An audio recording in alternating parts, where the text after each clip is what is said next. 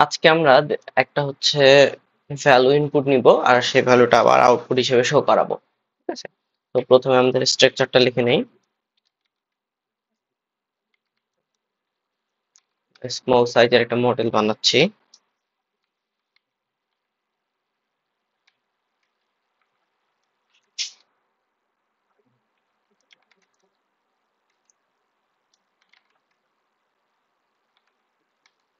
Main process আমাদের এখান থেকে শুরু।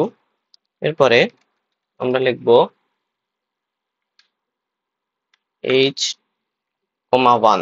তার মানে এটা দ্বারা বোঝাচ্ছে কি, বোঝাচ্ছে যে আমি ইনপুট নিব। হ্যাঁ, 1 মানে ইনপুট আর 2 মানে হচ্ছে আউটপুট। এরপরে আমাকে এই লাইনটা এক্সিকিউট করার জন্য আরেকটা লাইন লিখতে হবে। আচ্ছা, তো আমার এখানে ইনপুট নেওয়ার কাজটা শেষ হইলো। এখন ইনপুট নিলে আমার ভ্যালুটা কোথায় আসে? আমার বাই ডিফল্ট হচ্ছে এএল এর মধ্যে, এএল রেজিস্টারের মধ্যে আমার ইনপুট ভ্যালুটা চলে আসে। তো এএল এর মধ্যে যে ভ্যালুটা আসবে, এরপরে আমি যদি আবার ইনপুট নেই তাহলে কি হবে? এএল এর ভ্যালুটা আমার রিপ্লেস হয়ে যাবে, তাহলে আমি এই ভ্যালুটা পাবো না, হারাই ফেলবো। এই জন্য কি করব, আমি এএল থেকে ভ্যালুটা অন্য একটা রেজিস্টারে মুভ করায় নিব।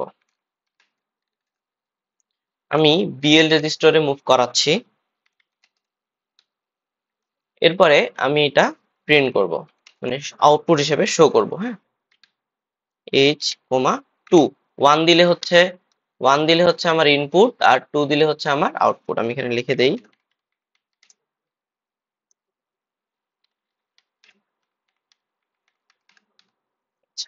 এরপরে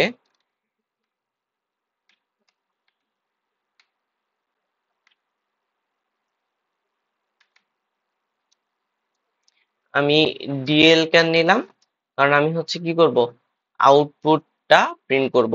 আমার যদি ইনপুট নিতে হয় বাই ডিফল্ট আমার ইনপুটটা থাকবে এএল এর মধ্যে, আর আমাকে যদি আউটপুট করাইতে হয় বাই ডিফল্ট আমার কোত্থেকে আউটপুটটা করাবে? ডিএল থেকে। তাহলে আমি ডিএল এর মধ্যে বিএল এর ভ্যালুটা নিলাম। এবার আমি এটাকে এক্সিকিউট করানোর জন্য int21h। এরপরে এই জিনিসটা আমাকে একটু লিখতে হবে, 4ch। এটা আমি পরে এক্সপ্লেন করবো আমি এটা কেন লিখতেছি।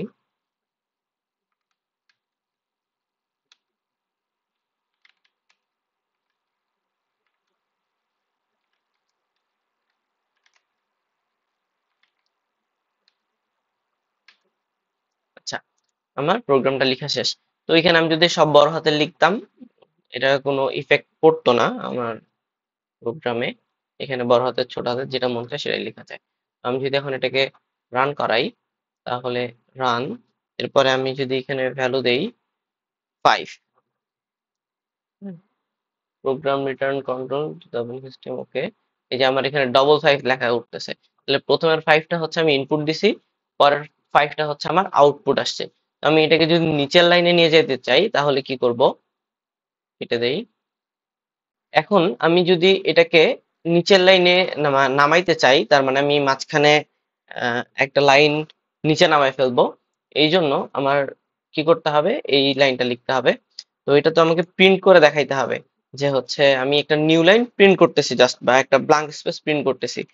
তো আমি এখানে প্রিন্টার ফাংশনটা লিখে ফেলি 2। তার মানে কি, h2 মানে হচ্ছে আমি এখানে প্রিন্ট করতেছি। হ্যাঁ, ডিএল এর মধ্যে ডিএল এর আউটপুটটা আমার প্রিন্ট হবে, সেটা হচ্ছে ব্ল্যাঙ্ক। হ্যাঁ, এবার আমি যদি দেখি তাহলে কি হবে, রান করলাম, 5 ইনপুট দিলাম, এই যে নিচে চলে আসছে। তো এটা হচ্ছে একটা স্পেস ক্রিয়েট হয়ে গেছে এই পরের আউটপুটের জন্য। এই স্পেসটা যদি আমি ফাঁকা করতে চাই তাহলে কি হবে, ব্যাপারটা কি হচ্ছে যে সাপোজ আমার এখানে একটা 5 আছে, তো এরপরে আমি নিউ লাইন দিয়ে 5 দিলে আমার 5টা আসতেছে ঠিক তার নিচে এই পজিশনে। তো আমি কি করব, আমি এইটা প্রথমে কার্সরটা একবার সামনে নিয়ে আসবো, নিয়ে আসার পরে তারপরে যদি আমি এটাকে নিচে নামাই তাহলে আমার এইখানে 5টা প্রিন্ট হবে।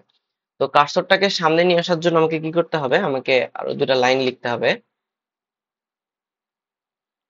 সেটা হচ্ছে আমি এখানেই লিখি আবার, এটা আমি প্রিন্ট করলাম, কি প্রিন্ট করব, আমি প্রিন্ট করব হচ্ছে dl, 0 dh।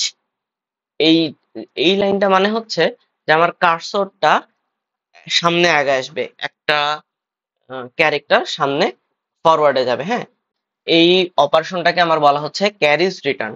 আমি এই জিনিসটা দিয়ে কি করলাম, আমি হচ্ছে ফরওয়ার্ডে একটা ক্যারেক্টার ফরওয়ার্ডে কার্সরটাকে নিয়ে গেলাম। ঠিক আছে, এরপরে এটা যেহেতু প্রিন্ট করতেছি যে এই ডিএল লেখা মানেই আমি কি করব, প্রিন্ট করব বা আউটপুট হিসেবে নিব, তাহলে আমাকে কি করতে হবে 21H, এটা আমাকে লিখতেই হবে, না হলে কাজ করবে না। এবার দেখি, এবার দেখলে রান 5 দিলাম ইনপুট, ওকে, এই যে আমার নিচে 5টা চলে আসছে। ঠিক আছে, আমার 5টা নিচে চলে আসছে। আবার দেখি অন্য সংখ্যা দিয়ে রান করব, রান, আমি দিলাম 8, এই যে আমার 8টা নিচে চলে আসছে। আমি যদি এইটুকু না লিখতাম, এইটুকু যদি আমি না লিখতাম এই দুটা লাইন, তাহলে কি হইতো, তাহলে আচ্ছা আমার 5 এখানে, তারপরে নিচে নাম, তারপরে হচ্ছে সরি, আমার 5, আমার 5 এখানে, এরপরে নিচে নামতো কার্সর, তারপরে আবার 5 প্রিন্ট হইতো। তো আমি কি করলাম, আমার 5 এখানে ছিল, প্রথমে ফরওয়ার্ডে নিয়ে গেলাম, তারপরে নিচে নামাইলাম, তারপর আবার 5 প্রিন্ট করলাম। এই যে এইটুক কাজ হচ্ছে, এইটুক করলে এই যে সোজাসুজি প্রিন্ট হবে। ঠিক আছে।